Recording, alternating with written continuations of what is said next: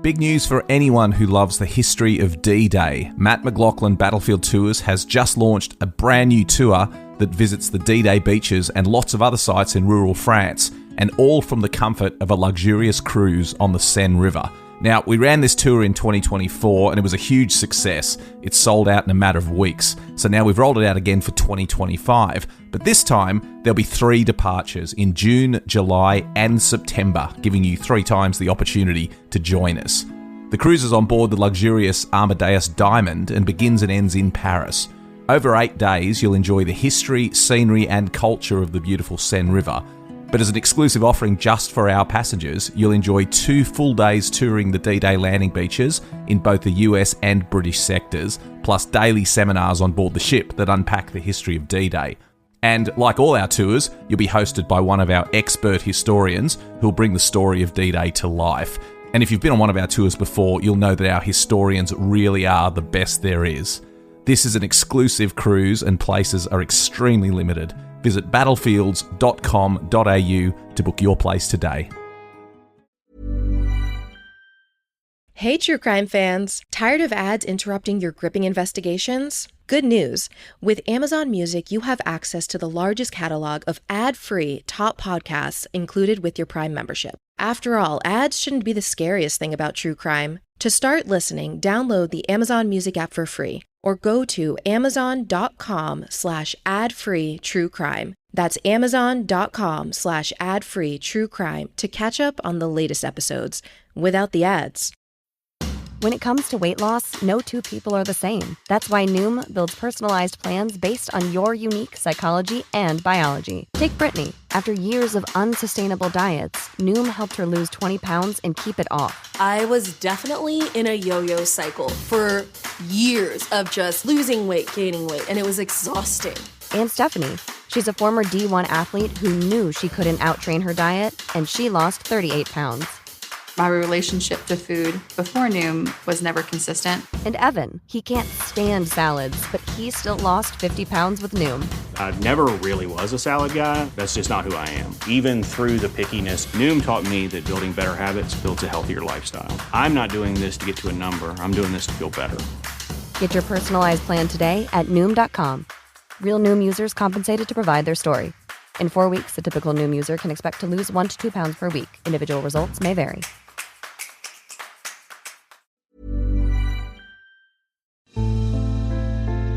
A Living History production.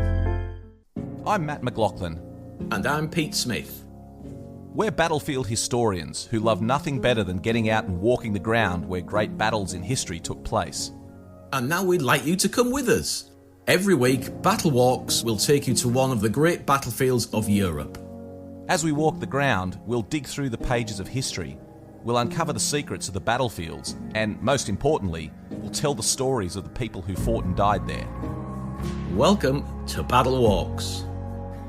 Hello everyone, welcome to BattleWalks. I hope you're enjoying strolling with us across the battlefields of Europe. We've done a lot in France and Belgium recently, and that's really where Pete's and my heart lies, on the battlefields of the Western Front from the First World War, and we've got another really exciting one today. So before we kick it off, I'm going to introduce my co-host, Pete Smith. Pete, welcome back. How's things in France?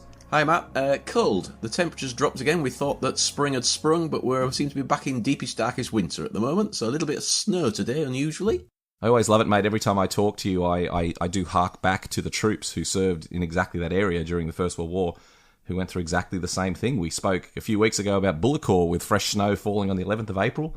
We're actually not too far from that time now that we're recording this, so I always align your experiences with what those troops went through a century ago. Yeah, and the weather is so changeable. I suspect that the weather patterns at that period during the Great War were a little bit more stable, but nowadays, last year this was very warm. We were already into the edge of summer last year at this point. This year it's still the edge of winter, so we never quite know what's around the corner at the moment. Well, speaking of those troops and speaking of the weather and the conditions they had to endure, we're going to do a walk today, which I think is going to be pretty exciting. We're going to focus on the battlefield of Pozieres, which we've mentioned 3 or 4 times in podcasts. It's just such an essential Australian site. This is one of the key battlefields, if not the most important battlefield in France for the Australian troops. The fighting here in 1916 was well, the most costly Australia has ever been involved in, 23,000 casualties in 6 weeks. But we're not going to talk about the battle today. We're going to talk about the approach march that the soldiers took to that battlefield, because in Charles Bean's official history, on page 472 of volume 3, if you want to read along with us, he describes in intricate detail the approach march to the front lines at Pozieres. And it's a fascinating thing. It's one of the few places that he does it in the official history in such detail. And it's because he knew the battlefield of Pozieres so well.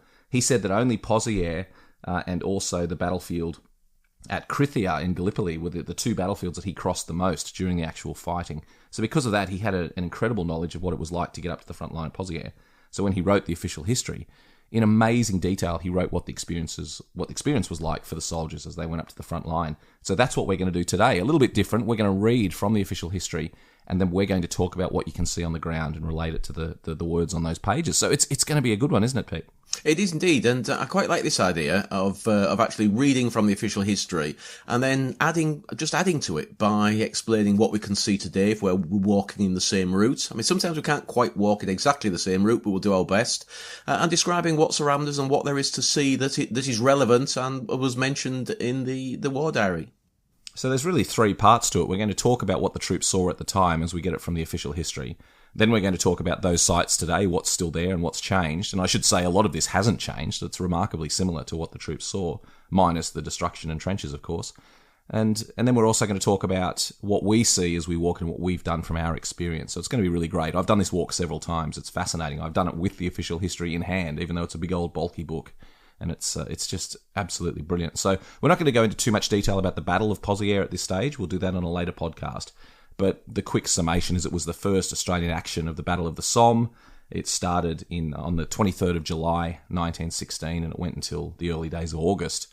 And as I said, 23,000 casualties in 6 weeks. So we should also add that by this stage, there wasn't much to be seen of the village of Pozieres. It had been fairly well destroyed by shell fire. So when the town of Pozieres is mentioned, it's really only some shattered foundations and red brick dust was the way that the troops could tell that they were anywhere near the village. So it's a really fascinating walk. Pete, do you want to kick off with the first passage describing the march leaving the town of Albert?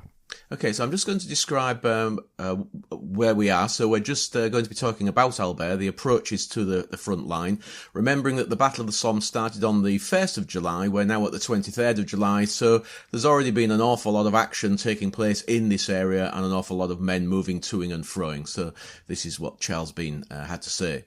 Such were the brigades which passed through the villages crowded with British troops fresh from the battle, dipped down to the red-roofed city of Albert, low in the valley of the Ancre, where directed by traffic controlmen through its congested and battered but not yet ruined streets, over the narrow brick bridge, little more than a culvert, wound to the right beneath the shadow of the great red brick church of Notre-Dame de Berbris, from the broken tower of which the gilded statue of the Virgin and Child hung at right angles as if diving into the street far below, and presently rested for their tea beside the Bapaume road at the foot of a long, bare, grassy slope, Tara Hill, the last green country intervening between them and the battlefield. So, Pete, I mean, a few things to talk about there, most notably the town of Albert, which is still the centre of this region of the battlefields in the Somme. It was a vitally important reserve area for the Allied troops and still is a vital support hub for the town. I mean, you live not far from there. Tell us a little bit about Albert. Well, Albert was flattened. By the end of the war, it was flattened because, of course, the fighting will return in 1918 and the Germans will eventually take Albert.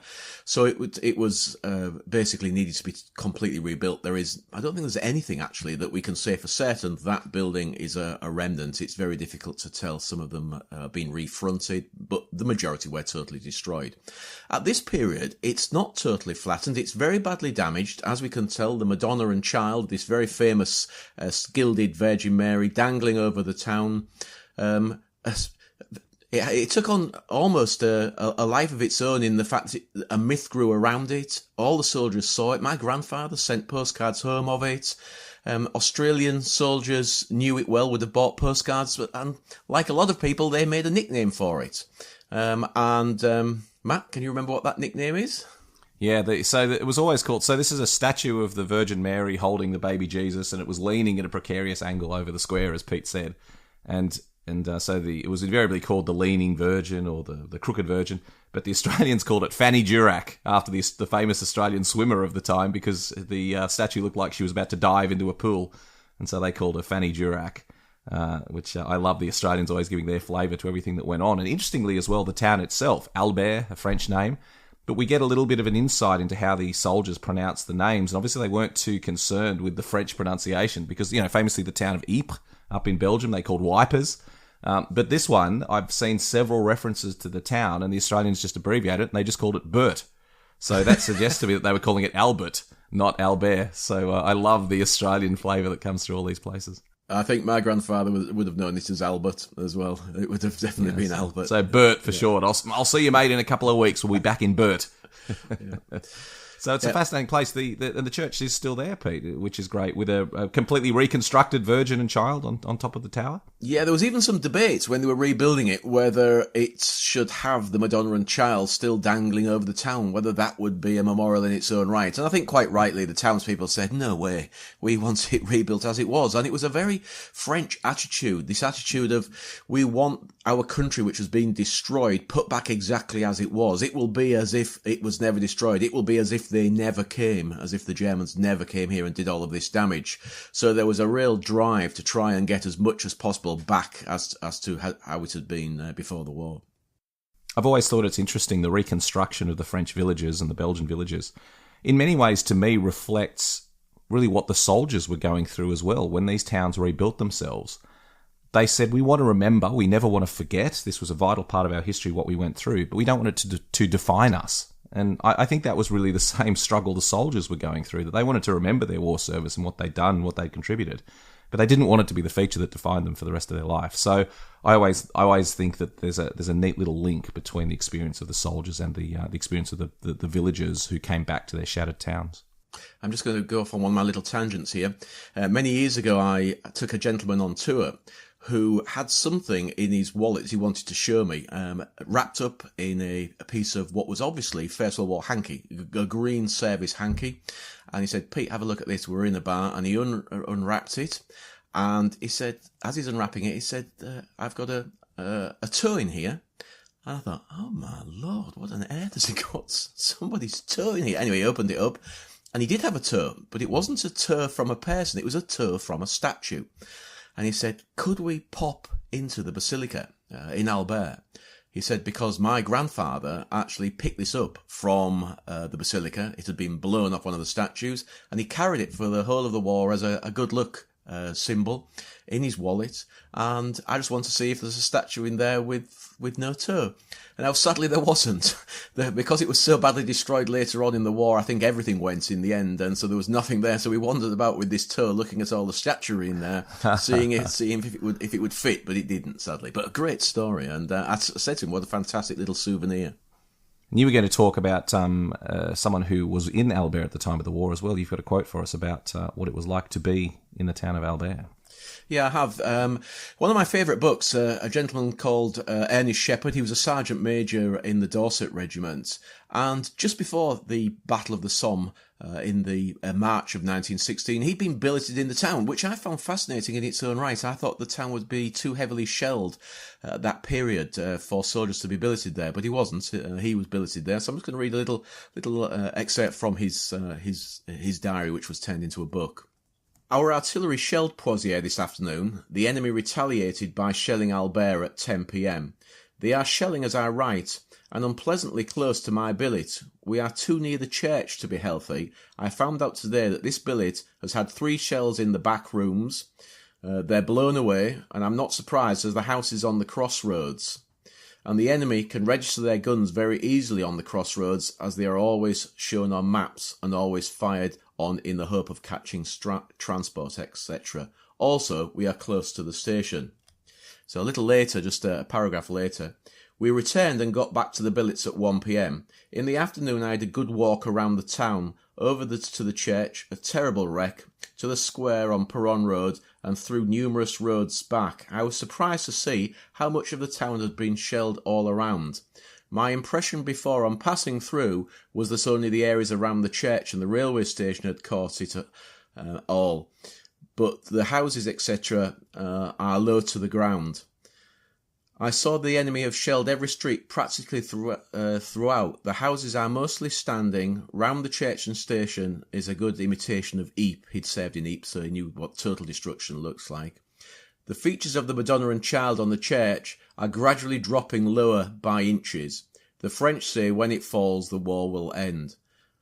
So he's giving us a good idea of what it was like. What he also points out, I won't read any more, but what he also points out is that there are still civilians in the town, which I was very surprised about. And he said they're really there to make money. They're selling newspapers and souvenirs and selling them to the soldiers. Of course, they're passing through on the way to the front. So still a few civilians in the town, not many, I would suspect.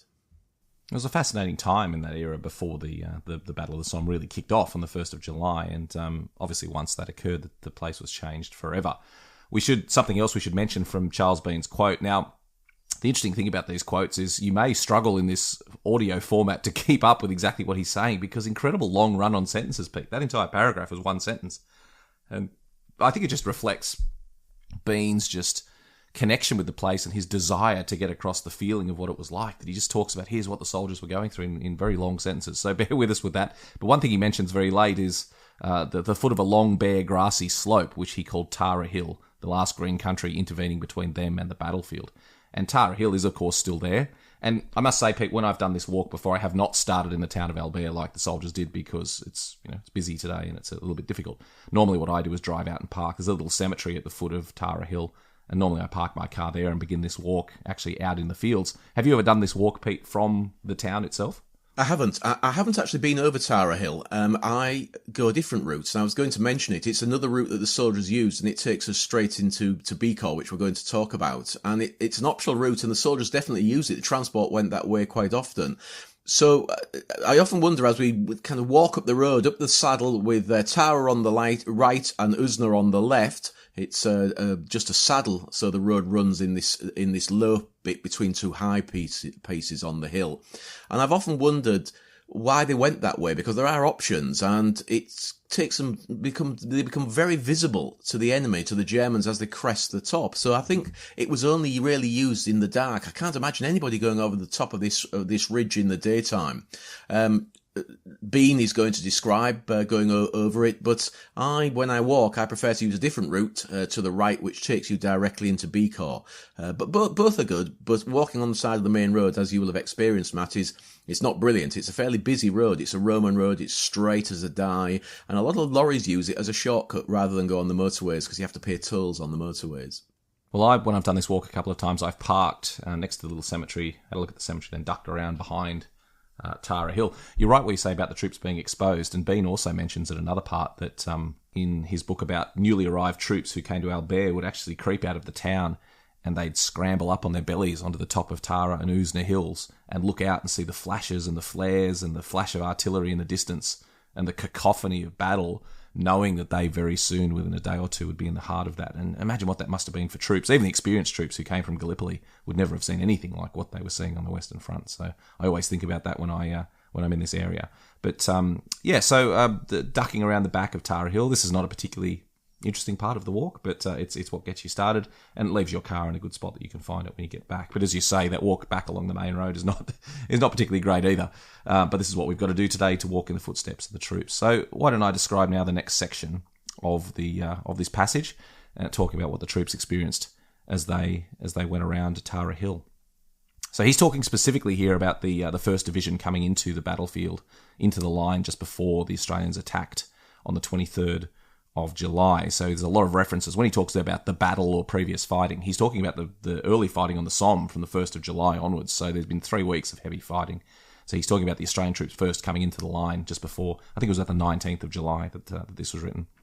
At 6 o'clock, the 9th Battalion from Queensland led off around the slope of Tara Hill, down into Avoca Valley, a lower bend of Mash Valley, over the next hill, on the lower end of which lay the dense green cluster of Bicor Wood, and down again into the long shallow dip of Sausage Valley, invariably known to the Australians as Sausage Gully, which for the next 6 weeks was to be the main avenue of approach to the Australian fighting area. its constant traffic and busy life recalling to some of the troops their memories of the beach at Anzac.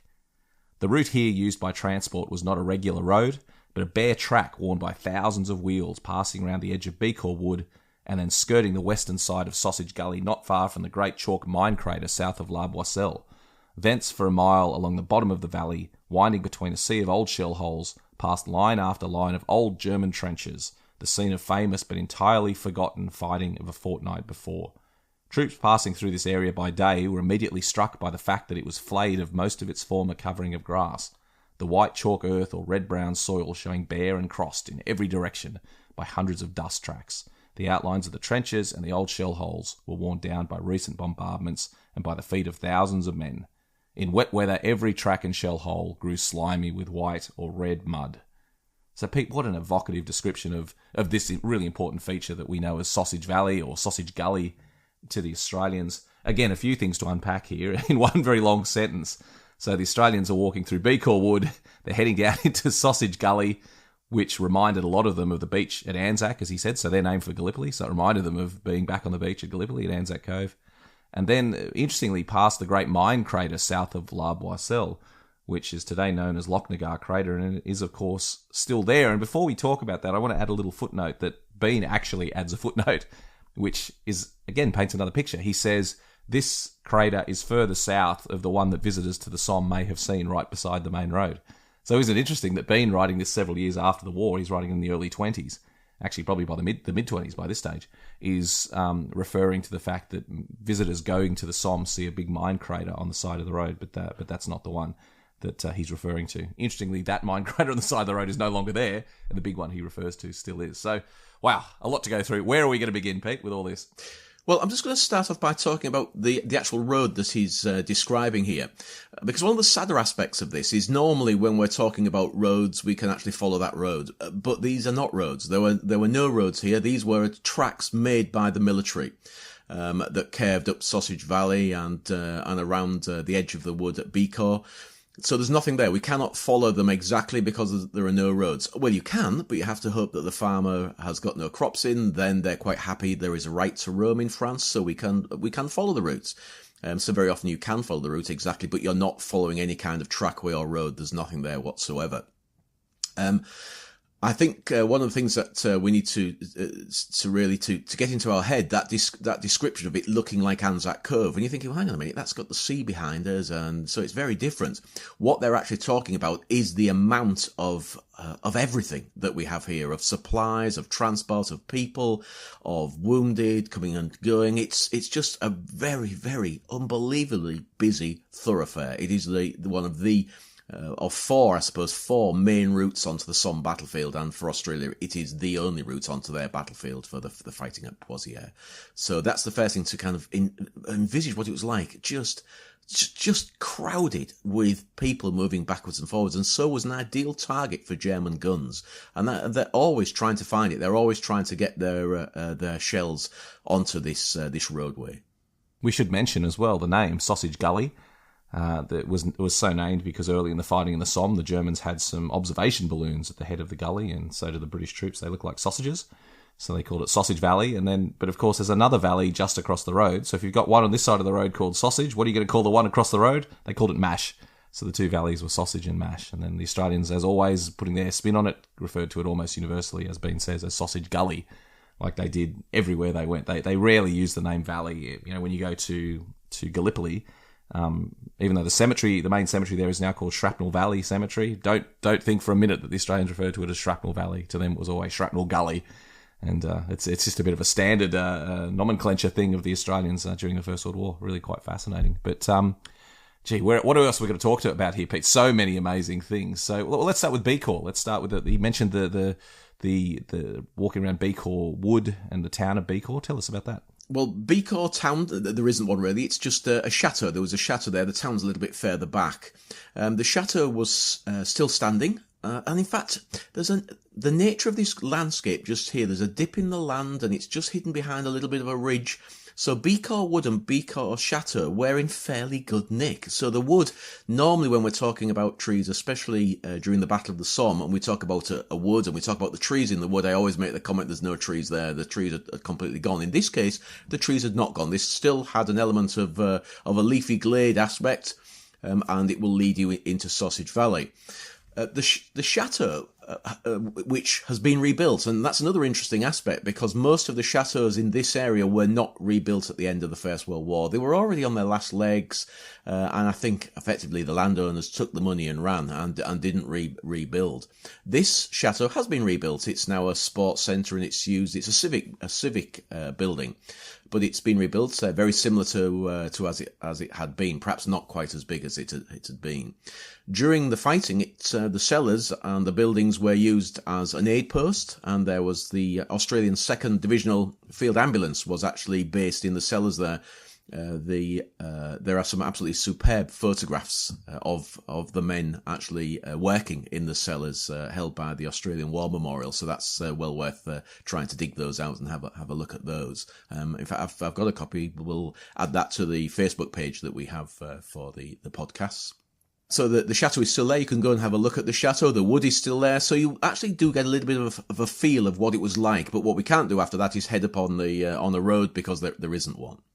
What I remember about the first time I did this walk, which must have been about maybe 2003, something like that. I was living in London at the time and it was winter and I grabbed a sturdy pair of gumboots and headed across and just spent a weekend walking the battlefields. And that was the first time I did this walk. And I remember coming into Bicourt Wood, not really knowing where I was, but assuming it was Bicourt Wood because it's described in Bean's book. And I remember as I walked through the wood, just had a little bit of a stroll. It's never a great idea to go into French woods without permission, but I did on this occasion. And as I came strolling through the wood, I came out the other side, and up to my left, I just saw this huge sloping hill just heading up to the left. I thought, that's really odd. I wonder what exactly that is. And as I walked a little bit further, of course, it struck me what I was looking at. I was looking at the lip of the famous Loch Nagar mine crater, but because I was down in a little bit of a valley and looking up at it from a perspective that most people didn't see, it was very difficult to recognise it as anything other than a big pile of earth. And then I realised that I was looking at the lip of the mine crater as I walked out. So La Boisselle, the famous huge mine crater on the Somme, Pete. Yeah, it's interesting because it's very visual because in a landscape that's intensively farmed, it's an area where you can see scrub and trees and kind of weeds and stuff in, even if you can't see the crater itself, you can see that there's a little bit of landscape there that's not. It's natural. It's not farmed like the rest of the landscape all around us. So it does stand out considerably. I'm just going to backtrack a little bit because I think it's always worthwhile talking about it because the French had fought here in 1914 at the chateau, and it is a very successful defence of the chateau on the 7th and 8th of October in 1914. And again, we very often forget about the French fighting here in 1914, slowing the Germans down, and in fact stopping them here. This is where the Germans were held by the French for a period of time. So Bicourt Chateau, very well remembered, and the French here, the 26th and 160th Infantry took 7 officers and 400 prisoners as the Germans were trying to assault this chateau. So it's just interesting to comment upon the fighting in 1914 here before we move off and carry on and talk a little bit more about the Loch Nagar crater, because that great crater on our left is perhaps one of the most visited sites on the Western Front. It's very popular for school children and adults who know very little about the battlefield because it's well signposted from the main road, this road that runs from the motorway effectively to Albert via Bapaume, and almost everybody comes to have a look at the Loch Nagar crater. 60,000 pounds of ammonol were used in the detonation, and it's created a crater that's 30 metres deep and 100 metres wide. And it's got a walkway all the way around it. Now, a lot of people, Matt and I very often talk about this, about how the battlefield has changed and do we like what has happened. And I have to say, Loch Nagar, very famous. I wish it had just been left as it was. But it's been, because so many people visit it, it's now got a duckboard walkway right the way around it, and it's got explanatory panels all the way around it, and I think it's been overdone. There are too many things there where it really just needs to be a place where you go and stand and remember. But everybody has their own idea of how the battlefield should be preserved, and we have to be thankful that it's still there, because there's a chap who owns it, who's called Richard Dunning. He bought it in the 60s when it was going to be filled in, and Matt mentioned that there was another crater near the road called Y Ravine, and that crater was filled in about at the same time. They were both going to be filled in. It's now built upon, actually, oddly, that crater. It's got a house on top of it. But this one has been preserved, and I think just let's be thankful that it's there, I suppose. It's amazing how much things have changed in a short period of time, Pete. My first trip to the battlefields was in 2002, which is relatively late, considering that, you know, people like yourself, and you listen to Paul Reed's wonderful podcast, The Old Front Line. He talks about being there in the 80s when he first was coming over. So 2002 was actually relatively late in the whole scheme of things.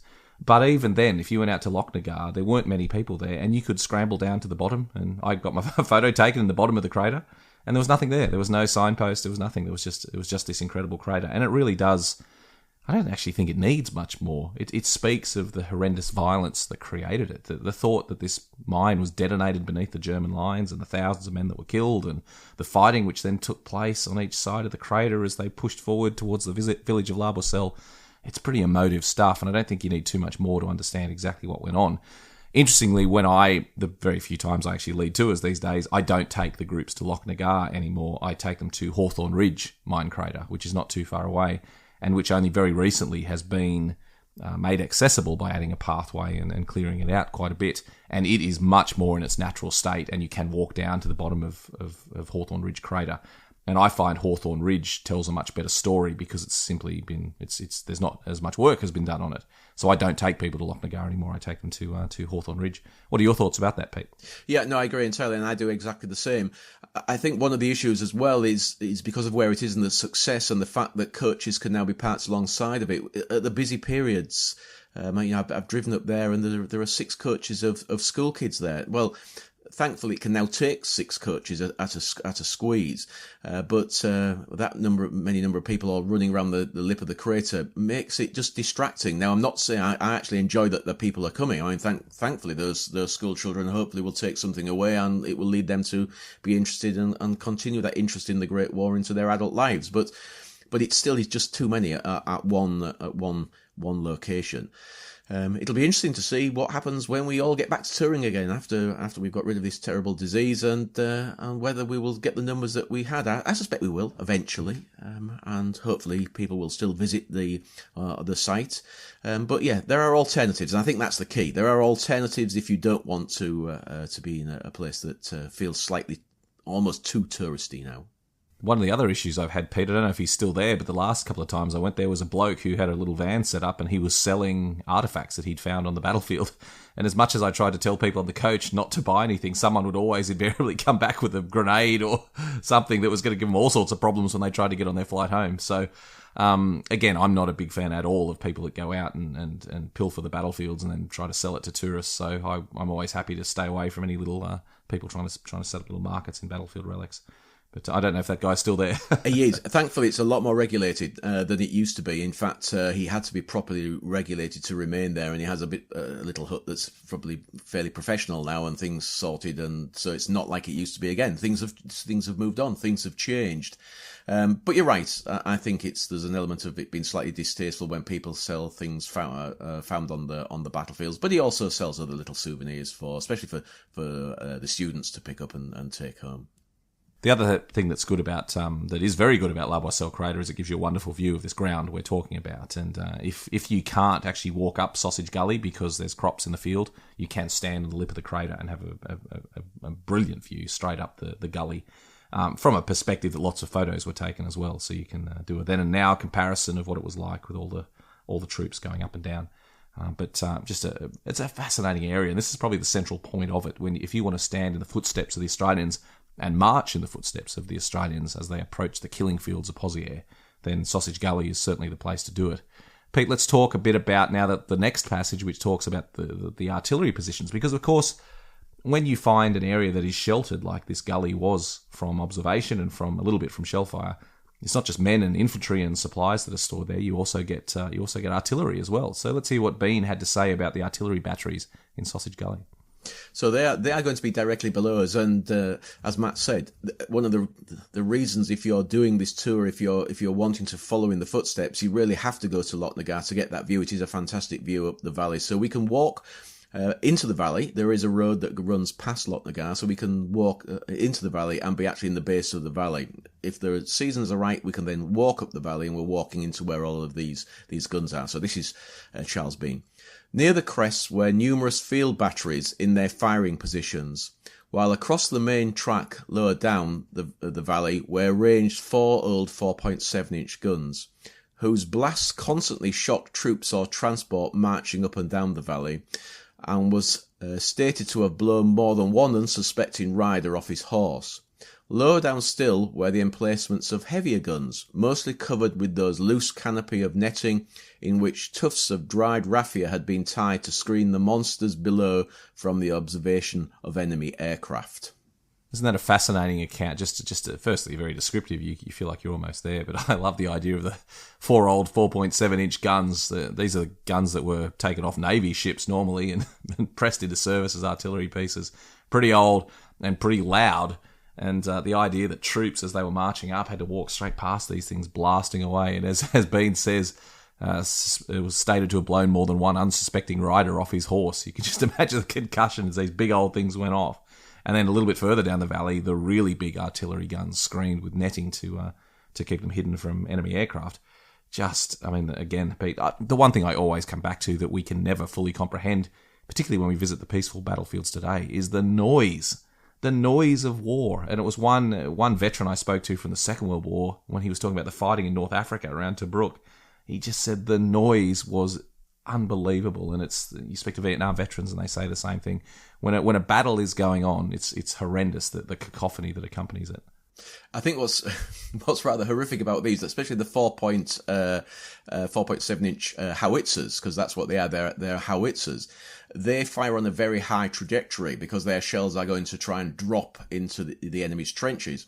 Well, if you're firing on a high trajectory, that means that they can park quite close to roadways because they're firing up in the air almost, which means that people can walk almost right past the barrels of them. So that's why he comments upon that people were made to jump. And in fact, I'm just going to read a passage from a book called Jacka's Mob. It was written, in a diary form, written by a chap called Edgar John Rule, who served in the 14th Battalion AIF, which is Jacka, who was awarded the Victoria Cross at Gallipoli, and he describes very, very well actually entering Sausage Valley and moving up it. So I just found the right paragraph and I'll read it. So here we are. Just as we reached the edge of Sausage Valley, a battery of our own heavies, opened and frightened the life out of us. I'll never forget the expression on the Major's face as he dropped considerably in my estimation, although the precise reason for this would be hard to explain. Sausage Valley was a famous place in those days, being the main avenue of approach to a great part of the left of the Somme fighting. I remember it as a long, narrow valley, 200 or 300 yards across, by the number of guns all along it. It must have been the best hiding place for artillery in this part of the field. Nearly everyone in describing the place said the guns were wheel to wheel along it. Actually, they were not as thick as all that, but there was an impressive lot of guns all the same. So that gives you an idea of how many guns were in the valley. And we have to remember as well that we're talking now about Australian troops their first time in the line. So probably when they came into Sausage Gully, this was the first time they had been anywhere near artillery. And the noise when those things went off, as he said, and the look on the poor old Major's face when that gun went off, it would have been absolutely terrifying. And I can understand it. I can understand why. I'll just read a little bit more. I just noticed I stopped a little early. As we went up the gully, the gunners didn't take the least notice of us, but kept on loading and firing. By the time we'd reached the head of it, where the 18-pounders were, we were a trifle deaf. That sums it up pretty neatly, doesn't it? Just how did they ever recover after? And this is just their own gunfire. Imagine then being under enemy shelling with the shells landing all around you, because they sadly would be in a way they never could have expected during the fighting at Pozieres. Just again, I think elements we don't think of. We don't think about marching up to the line past guns that are terrifying in the noise. And anyone who's ever even been around a ceremonial artillery piece firing to mark the time or a special occasion, they're bloody loud is the only way they can be summed up. This would have been beyond comprehension. Pete, you in your military service spent quite a bit of time around guns and mortars and artillery. What's it like to be out in the field when these things are going off? Deafening. I didn't ever see any combat, so I can't quote anything to do with combat, but I suppose one location where I saw more things firing than any other would have been a firepower demonstration. We used to get people come in to see what we could do to an enemy position, and so a firepower demonstration meant we were in our slit trench firing as fast as we could, and everything was firing over the top of us, and truly deafening and slightly worrying. It was the first time I realised that you could see mortar rounds in flight, because a mortar round, as it gets to the top of its trajectory, becomes visible just for a short period before it starts dropping. And so if you're right underneath them and you're looking up, it was fascinating just to keep watching these mortar rounds suddenly appear as they reach the top of their trajectory and then disappear as they sped up again towards the ground. So yeah, very, very noisy. It's a common description from soldiers in the front line as well during the First World War, that often, not just mortar rounds, but often they could see big old heavy shells. They could often see them lumbering through the air as they came down towards them. And again, the terror of being under shell fire, you just can't describe it. And I think that's the thing that sums up Pozieres. The basic idea, and we'll discuss this when we do a walk of the battlefield itself, but that the shelling was something beyond endurance for the men, the nature of shelling. By the time the Australians had dug in on captured positions on Pozieres, the rest of the Battle of the Somme had really died down, and so the Germans were free to concentrate their artillery just on the Australians, and dozens of shells a minute were landing on the Australians, just absolutely horrific. And that's what caused most of the casualties at Pozieres, was just the relentless and horrific shelling. So let's move on from the artillery, Pete, and read the next section, because now we're getting into an area which is, I won't say unchanged, but very traceable from how Bean describes it. You can walk this ground very accurately on the ground. So let's talk about that. Here's the next section of the approach to Pozieres. A trench tramway from the outskirts of Albert had now reached a point near the head of the valley, and a supply dump had been formed there known as Gordon Dump, its name being the only relic of Gordon Post, the scene of famous fighting by the 34th Division on July 1st. On the opposite bank, among the tumbled remains of German trenches, was the entrance to a deep and especially well-furnished enemy dugout, now used as a headquarters of a British brigade. Now, the dugout is long gone. There's no longer any dugouts in Sausage Gully, but of course it gives a great impression of the fact that men would dig their way into the slopes, the lee slopes of these hills, so that they were protected from artillery. And in some areas there are still dugouts that you can find in this part of the Somme. But Pete, Gordon Dump, tell us about Gordon Post becoming Gordon Dump and what there is there today. Well, I think the first thing to talk about is the name. It's a cemetery, and it's called Gordon Dump Cemetery. And that always gives people a kind of a funny feeling. You're thinking, why would you call a cemetery a dump? Well, in this case, it's because I always describe it as a crossover point. This is where rear echelon troops bringing in supplies, perhaps lorries, perhaps handballed up, but carried up, and they're dropped off here because the Army Service Corps, other people bringing supplies up, do not go into the front line because they're not frontline soldiers. So that means frontline soldiers have to come from the front line to pick up those grenades, that ammunition, that water, whatever it is, that food. And so we get these dumping off positions. So it's a swap over position from rear echelon guys to frontline guys. It's also the same for the medical services. Frontline stretcher bearers, the battalion stretcher bearers, will try and bring their wounded out of the line, and they will bring them to an aid post. And they will leave them there with the RAMC, the medical services, who will then move them even further back, having treated them, done some triage at these locations. Sadly, not everybody will survive that triage, and so there needs to be a place where they can actually bury them. So Gordon Dump Cemetery was created because it's that crossover point as wounded soldiers are being slowly removed out of the fighting line and further back. So that's how we get the name. It's a dumping off point for supplies, but it's also a changeover point for the wounded. So that's how we get that name. It's a beautiful cemetery because you cannot drive to it. You have to use the main road, the road that actually takes you from La Basselle to Contal-Maison. You can stop at the top and then you walk down the track to the cemetery itself. Beautiful rubble wall around it. It's quite relatively speaking, quite a big cemetery to be so far away from a road. There are 1,680 soldiers buried or commemorated here. And this is where we get the sad aspect of it.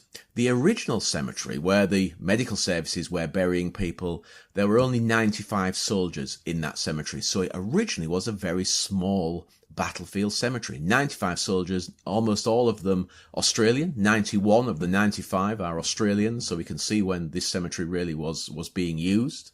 It's during the period that we're talking about. But at the end of the war, it becomes a concentration cemetery, and that's how we get the enormous number 1,680. But also, being a concentration cemetery, and we've talked about this before, you're finding people on the battlefield, you're exhuming them, you're moving them into this cemetery. The majority are unidentifiable by name. So of that 1,680, 1,053 are unidentified. So very, very sad again. I always kind of hate it, but at least they've got a burial location, even though we don't know who they are. It was designed by Herbert Baker, one of the great and good of the architects designing these cemeteries. And I always mention them because it's well worth mentioning. There is a soldier who was awarded the Victoria Cross buried here, Lieutenant Donald Simpson Bell, serving in the 9th Battalion of the Yorkshire Regiment, and he was killed at Contalmaison, and he's commemorated there in a location known as Bell's Redoubt, which is where he sadly lost his life. Not where he was awarded the Victoria Cross, that was slightly before that. He's an interesting chap because he was a professional footballer before the war, and the first professional footballer to volunteer to join up, so he's quite well remembered. It's a beautiful cemetery, Pete, and there's a couple of things about it. Firstly, these cemeteries are tangible connections with the fighting because it's called Gordon Dump Cemetery. Obviously, there's no longer supplies of ammunition and barbed wire and food and everything else that soldiers needed. That's long gone, but the cemetery still marks the location of Gordon Dump, which would have been a site that soldiers knew very, very well. But also, you think about that original cemetery, the 95 soldiers, 91 of which are Australian. This cemetery was there at the time that we're describing. When Bean talks about these troops going up to the front line, the aid post and the cemetery had already begun. So there might have only been a handful of graves there at that time. Most of the graves would come from later fighting. But again, just imagine what it meant to those troops. They're literally hours into the fighting of the First World War. They've been in Albert and now they've come forward, and this is their first experience of anything near the front line. Imagine marching up and seeing that aid post with wounded in it and the small number of headstones there. And of course, the saddest thing to think about is the 91 Australian soldiers that made up that cemetery in later fighting.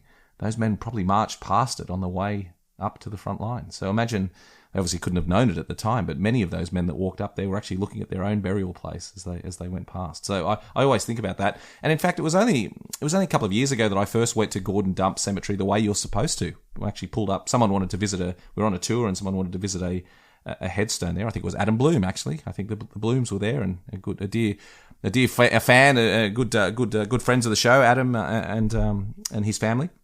And they wanted to visit a grave there, so we stopped on the road and walked down the grass path. That was actually the first time I'd been to Gordon Dump from any other way except scrambling up to it from behind from Sausage Gully. So it made me realise what a beautiful place it actually is, but also one of those places that I do really appreciate the significance of the connection with the history. And as we say, Charles Bean, decades before we were coming there and visiting it as a cemetery, was talking about it and the location and what it meant to the troops. I think it's interesting, the number of people writing, even at this time, during the fighting or just after the fighting, who were very much aware that this was going to be historic. And were writing from the point of view is, I wonder if people will come here to look at this. Will this cemetery remain permanent? Will these dugouts be here? Will they preserve this bit of the landscape? And I think there was a need from some of these men, that they hoped that some of this would be preserved, that some of it would remain, that some of it would be remembered. If you're potentially going to lose your life, you'd like to think that somebody will come and visit where you lost your life, or hopefully where you're buried or commemorated. And obviously we do. But I think they recognised it at the time. It's a really wonderful spot, and just to feel that connection. And again, I mean, it goes without saying, if you ever go past a military cemetery when you're in Europe, stop and visit it. It's just fascinating. Not just Europe, and sadly, in all parts of the world, a lot through Asia, some in Australia as well. So if you ever pass a military cemetery, always call in and have a look there. They're absolutely fascinating places. And this one, if we haven't accessed Gordon Dump by the approach road and we're still in Sausage Gully, we can actually carry on a little bit further up the gully. So Pete, let's read the next section about getting to the head of Sausage Gully. Now, this is an interesting and rather sad aspect. They've planted a new wood here at the head of the valley, and so we don't no longer have the view that we would have done as we crest the head of the valley, because there's this brand new wood there, and it's getting larger. So I've always been a little bit aggrieved that they went and planted the wood there, but life goes on, and we have to say, thankfully, life goes on because the Germans do not control it, and things have not changed. It is exactly as it was before the First World War, and you have to say the farming life here is very similar to as it was before the First World War.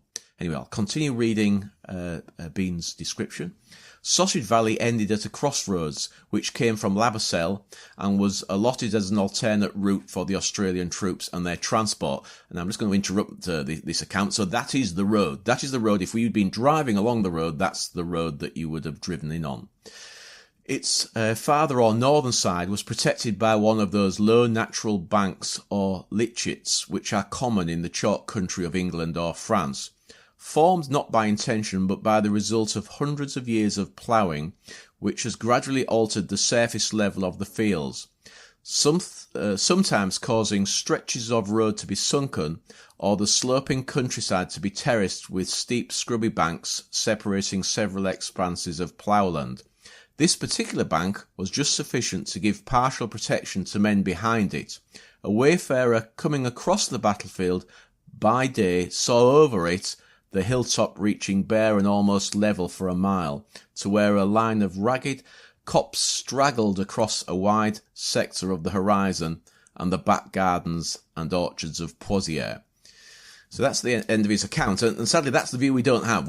From this point we cannot see Pozieres at all now because of the trees. Also, Charles Bean isn't quite accurate in how these lanes were created and how the fields were created. The strip litchits which we have are not caused by ploughing. They were actually caused by the farmers cutting, and we're going back centuries here, but cutting shelves into the banks. So it is formed not by just natural ploughing. It was deliberate by the farmers to give them more farming. And all of the sunken roads, and what he's describing here is a sunken road at the top, is because of wear. It is wear of carts and people and tracks going backwards and forwards. They're normally on slopes that causes the road to literally sink into the landscape. So he's almost right, but just not quite right in how they were created. And this countryside is perfect for them. It's chalk, and chalk weathers quite rapidly. So chalk wears, so you're wearing into the chalk landscape. And we should have mentioned it earlier. We are on chalk here. This is very much a landscape on solid chalk. There is only literally a couple of feet, a couple of meters of soil before you hit the chalk. It's not low, not far below the soil level. We should hark back to one of our earliest episodes, Pete. I can't remember whether it might have been episode 1 where we did the sunken road or the sunken lane on the Somme. We talked about that separate area of the battlefield of the Somme. But certainly go back and listen to that one if you haven't heard it, because we talk more about this feature of the landscape. And the sunken lanes, the sunken roads on the Somme are a key feature. They're a key feature of the landscape today. When you visit, they've been a key feature for centuries, but a really important feature during the fighting of the First World War, simply because they were trenches, effectively. They were natural trenches across the landscape, and the soldiers used them in many of the great attacks we talk about. The famous attack, from that sunken lane on the first day of the Battle of the Somme. When we talk about the Australians attacking at Bullecourt, attacking from a sunken road. When we talk about lots of the fighting in 1918, 1916, throughout the war, the sunken lanes and the sunken roads are a vital feature of the battlefield. They had pros and cons, of course. Is the one aspect of a sunken road and not a trench is it's on all the maps. So it means that the Germans, who had the same maps as us originally, they would have had normal French maps and then converted them with their cartographers into trench maps, and so they would know where all the sunken lanes were. And so sunken lanes were always targeted. They were always shelled because they knew that troops would use them. So a sunken lane gave you an element of safety, but there was also a risk that it could be shelled while you were within it. So always in the sunken lanes you had dugouts at the sides of the sunken lanes, so soldiers could scramble into dugouts. They had sandbags at the front of their dugouts to try and protect them from shells bursting on the road. There's this double-edged sword. Sunken lanes great for hiding in, for attacking from, but normally the enemy knows where they are. It's extraordinary the number, especially officers. You read about officers being killed by shells in sunken roads, and I think that's because that's, as you say, that's where headquarters were based and in dugouts, and it was quite not surprisingly common to hear about a conference taking place between several officers and a shell landing and killing them all, and that was certainly the reason that the sunken roads were so well marked on maps and so well known to the Germans and the enemy artillerymen. But we're going to... I also have to add here, Pete, I'm disappointed about those trees there because I remember, again, the first time I did this walk, inadvertently popping out of Sausage Gully and realising I was standing there and looking at exactly that view that's been described, looking a mile down the slope to, the rebuilt village of Pozieres. But sharing that view with the troops was something quite extraordinary. It's disappointing you can't have that today. But as you say, time goes on. No, thankfully, as you walk down through this wooded area now towards Casualty Corner, and we're going to read the script from Bean's account, but when we get to Casualty Corner and hang that left and head towards Pozieres, then it opens up again and we get the view again. So it doesn't take it away too much, but and thankfully the road's in the same place, so at least you're walking on the same road. Let's read the next section as the troops came out. I'll read this passage describing what they saw as they came out of Sausage Gully. From that road bank forward, any troops who moved by day across the open would be in full view of both the Germans in front of the village and of those beyond it in the OG lines whose parapet could just be seen of it ribbing the skyline. The new British trenches in front of Pozieres could barely be distinguished by anyone standing at the head of Sausage Gully, but the left of them could be reached from that point by a tortuous communication trench, partly old German reserve line and partly new trench dug by the 34th Division. Usually, however, troops making their way to the front turned sharply to the right along the road, which almost at once became enclosed between steep banks. Moving between these, over the spur forming the right of Sausage Gully, and thence down towards the next dip, which the road crossed on an embankment or causeway, and I'm going to jump in here to say Bean sometimes trips over himself with his own descriptions here. This is a good example of that. I'll try that again. Moving between these once became enclosed between steep banks, moving between these over the spur forming the right of Sausage Gully, and thence down towards the next dip, which the road crossed on an embankment or causeway that would at once behold on the far side of that valley and a few hundred yards ahead the ruins of Contalmaison. Men making towards the southwestern end of Pozieres did not proceed across Contalmaison Valley, but turned sharply to the left at a steep cut in the road bank, the site of a medical aid post, and afterwards known, both for that reason and from the danger of the position, as Casualty Corner, and headed along an open white crossroads straight for the end of the village. Pete, Casualty Corner, one of the most famous sites on the Pozieres battlefield. We'll put the photo up, the famous photo of Australian machine gunners marching out of the line past Casualty Corner, and a wonderful spot because unlike most places on the Somme battlefield, which were completely obliterated, you can stand in exactly that spot in the footsteps of the Australian soldiers. Just a really great place to visit. Yep, and I was there about a month ago. Sarah and myself, we went out, the children were at school, and we went out for a long walk, and we started in Contalmaison, and we cut across the fields and came up behind Casualty Corner. And the description is spot on. It's long-winded, and it just gets a bit complicated when you're trying to follow it. But actually, if you know the area well, you realise that Charles Bean is describing it fairly well. It's a good description of a very famous location. It's still there, so it's a crossroads. The crossroads, the bit that we're going to follow, is not a vehicle road. It is a walking cattle road, a farmer's road, and the main road is the one that will lead you from La Basselle to Contalmaison. So it's a safe little place. You can stand there, and you only have to look in two directions. And as you turn left and start walking towards Pozieres, you get a real feel that you are seriously walking in the footsteps of the men that moved to the front line here. And I think it's because this is when it started to become real. As they turned left here from being within these enclosed sunken road, the banks of the sunken road, as you turned left, then you become much more open, much more visible to the your enemy in Pozieres. So it's where everything started to become real, I think, for the soldiers who were approaching the front line. Having said that, there was enough cover within these banks that allowed for that medical post, and I found a great photo only recently, only this year in fact, of a motorised ambulance there. And it wasn't a location that I could think that a motorised ambulance would want to get to because it's seriously dangerous. Turning round would be seriously dangerous. But there it is. There is a motorised ambulance at Casualty Corner picking up casualties and whistling them back towards Labacelle and Albert and to the rear areas. So they actually managed to get motorised ambulances up to this point. So yeah, it's a really emotive location. You're so right, Pete. It's a fascinating spot. One of the best spots on the Pozieres battlefield, I think, in addition to the main memorials. But just to describe a little bit about what it was like, we've got a couple of quotes here of troops and their experience with going past Casualty Corner. And so this is from the official history and describing just what it was like going past. The road past Casualty Corner to Contalmaison was intermittently swept with shrapnel and high explosive and drenched with phosgene gas shells. At times, the corner could only be passed by men running one at a time. Those who were hit had to crawl away from the place as best they could, their mates having at that moment one paramount duty: to reach the starting point for the attack. So doesn't that describe the frenzy of activity that was going on there as men rushing in ones and twos around the corner, so heavily shelled? And Bean describing three types of shell there: shrapnel shells, high explosive shells, and gas shells. And the corner just being so heavily shelled that the men just had to run in small groups of ones and twos to get round the bend. And if you were unfortunate to be wounded, you had to crawl away as best you could so you didn't block the place up. That was in later fighting. That was in an advance when there was a big attack going on at Pozieres and men desperately had to get to the front line in the thick of the fighting.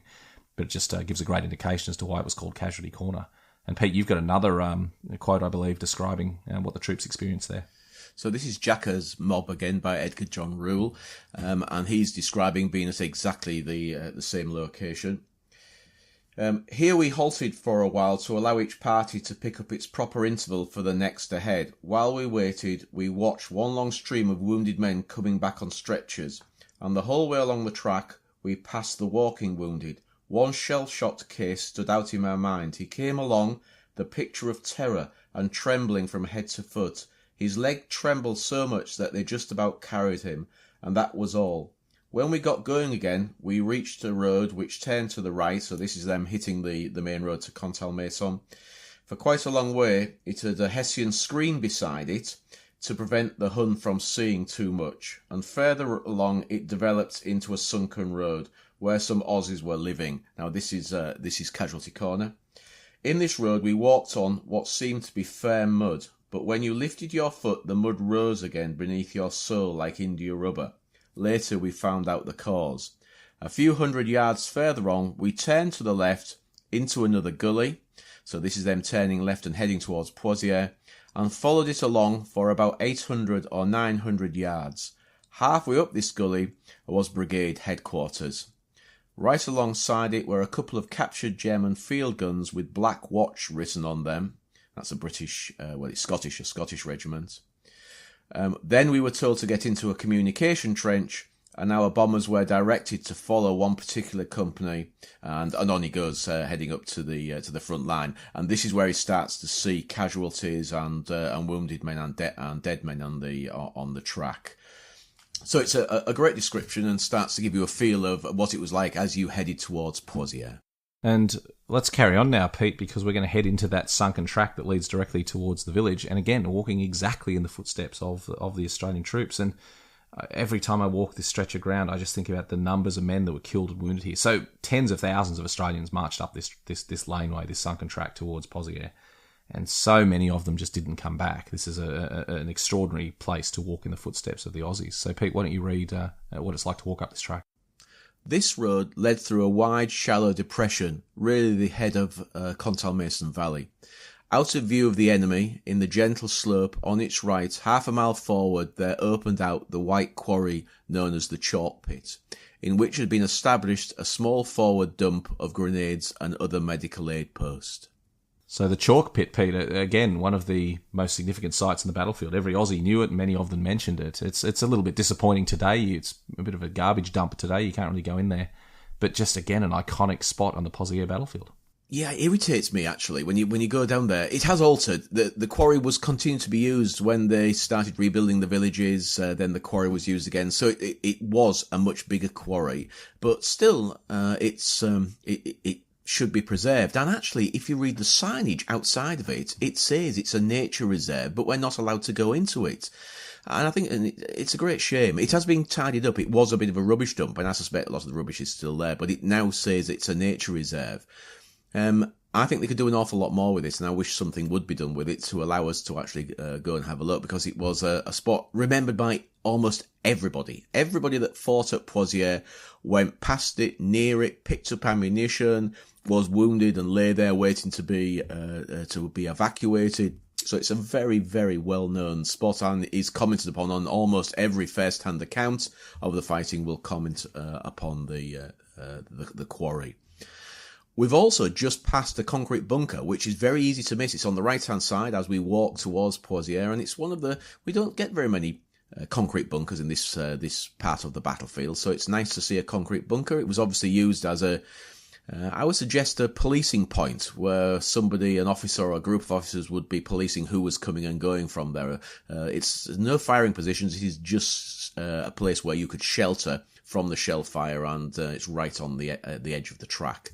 So well worth going to have a look at. And again, very kindly, somebody's dug it out recently, so it's a lot more visible than it used to be. So well worth going to have a look at.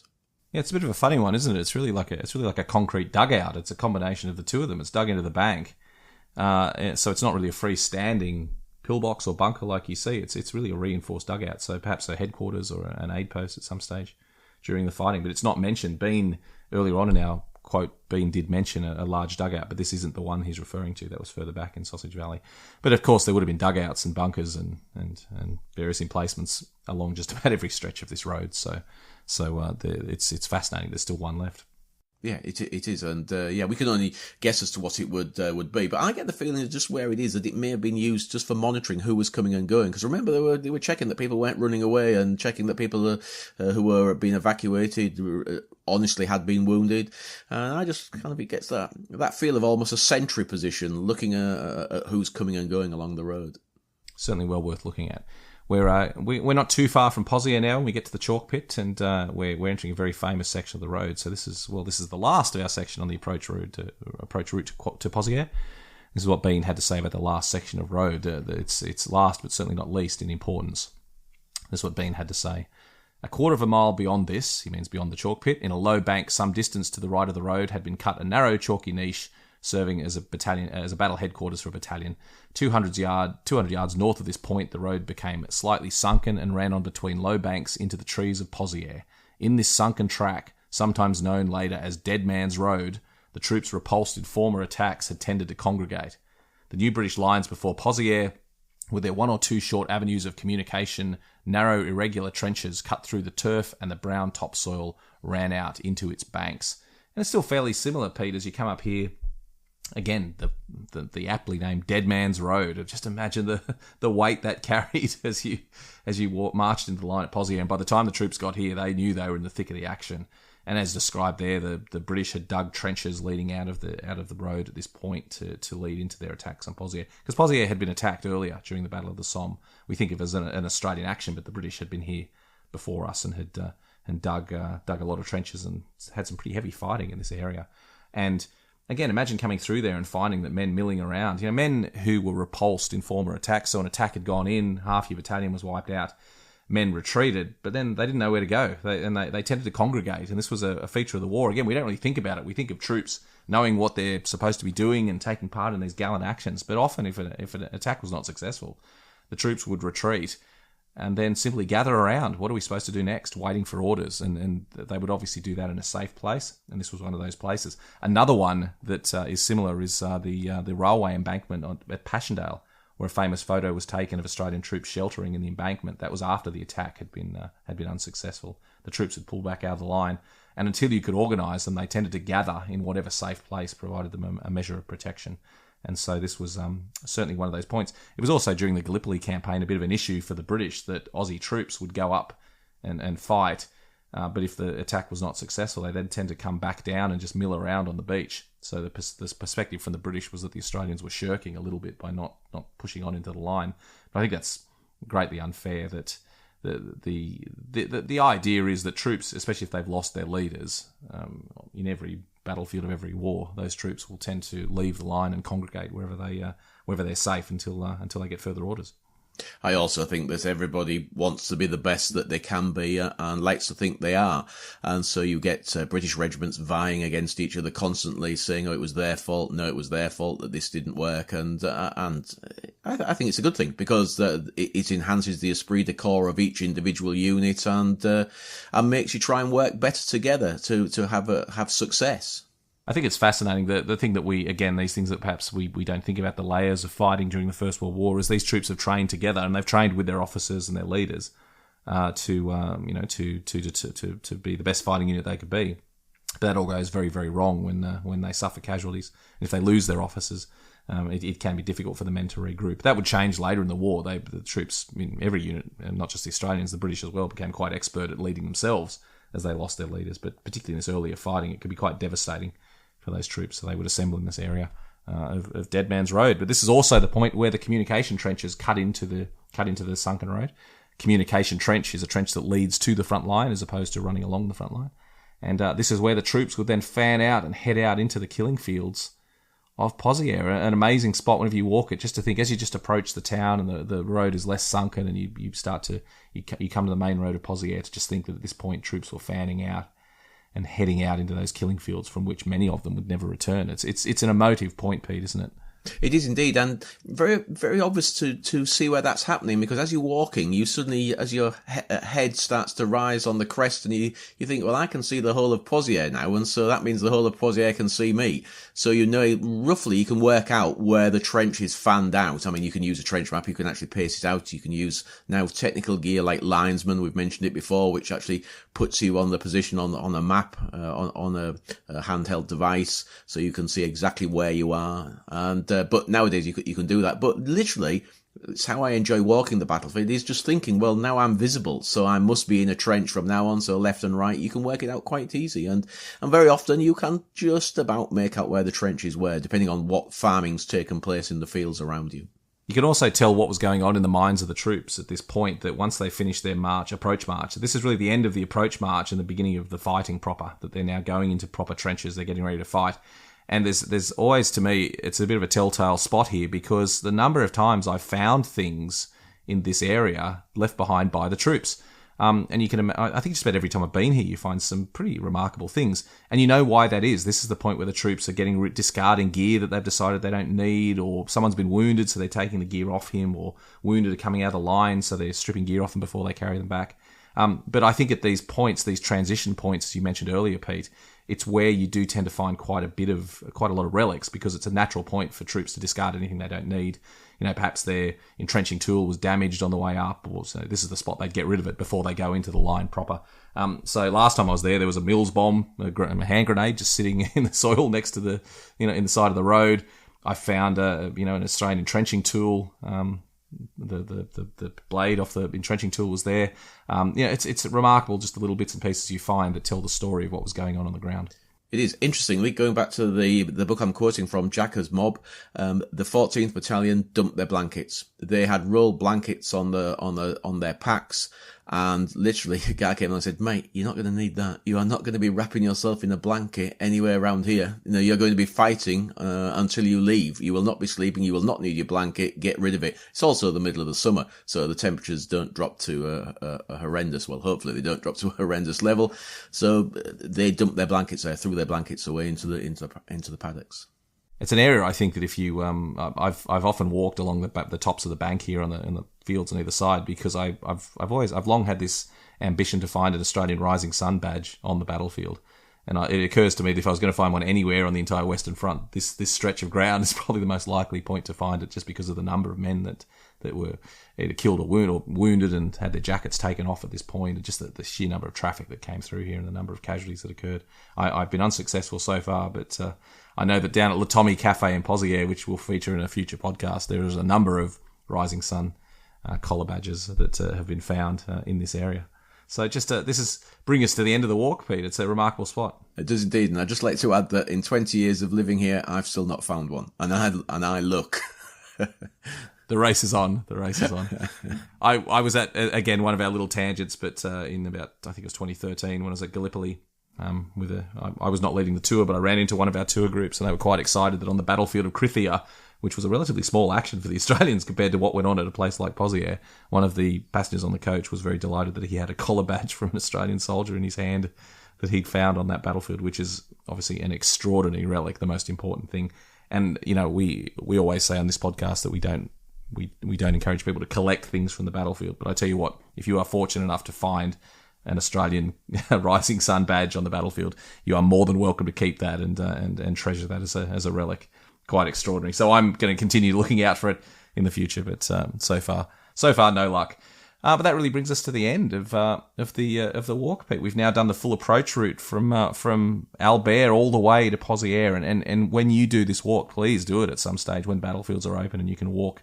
Do this to add an extra dimension to your understanding of what the soldiers went through, because it's really quite extraordinary. And always bear in mind that you're walking with ghosts on this walk. That literally thousands of the men who made this trek up this track into Pozieres were killed or wounded and never came back the same way. So it's a really extraordinary walk, Pete. This was one of the first things we talked about doing when we talked about doing the podcast. So I'm really excited that we've done it. It's very close to my heart, and just a really special place on the battlefields. It is, and to me, I'm not Australian, but it's one of my favourites. You really walks. You feel that they're walking alongside of you when you're in this, and because it is so quiet and peaceful. Because a lot of these tracks and lanes we've been discussing, there's nobody here. There's very few people here. Even when the battlefields are fully open, it's still very quiet, and these non-touristy locations. So it's a great place to have a walk. Well, Pete, as always, it's been wonderful. Thank you very much for your insights on this most important walk across the battlefields. A pleasure.